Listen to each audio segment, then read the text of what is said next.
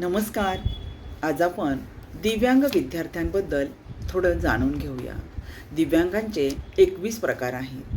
ते आपणा सर्वांना माहीतच आहेत. त्याबरोबरच एक 22वा प्रकार आहे.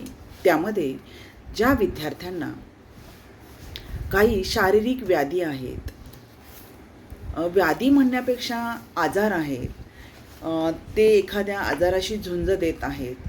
जसे की काही मुलांना डायलिसिस असतं, डायबिटीस असतो, स्किन प्रॉब्लेम असतात, युरिन इश्यू असतात, ब्लडशी रिलेटेड आजार असतात.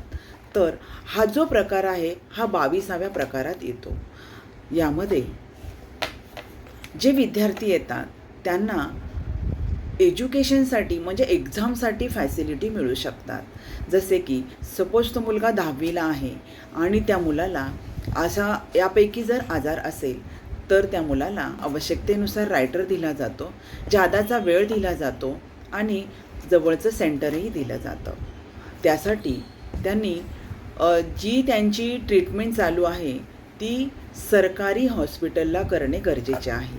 कमीत कमी 1 ते 2 वेळा जाणेही गरजेचे आहे. ते एक केस होती एका शाळेमध्ये.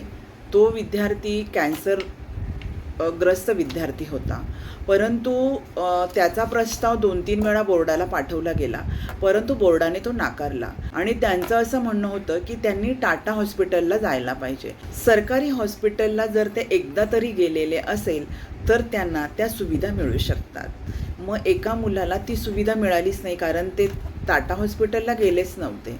म्हणून जर आपल्या मुलाला किंवा आपल्या शाळेतील विद्यार्थ्याला जर असे प्रॉब्लेम असतील तर त्यांना एकदा तरी गव्हर्मेंट हॉस्पिटलला जाण्यासाठी सुचवावे. म्हणजेच आपल्याला जो कन्सेशन फॉर्म जो दिला जातो त्यावर व्हेरिफिकेशनसाठी सिग्नेचर आणि शिक्का आणायला लागतो आपल्याला. त्याच्यासाठी गव्हर्मेंट हॉस्पिटलचाच तो लागतो. म्हणून सर्व पालकांना आणि शाळांना विनंती आहे की जर 22व्या प्रकारातील विद्यार्थी आपल्या शाळेत असतील तर त्यांना गव्हर्मेंट हॉस्पिटलला जाण्याचे सुचवावे. धन्यवाद.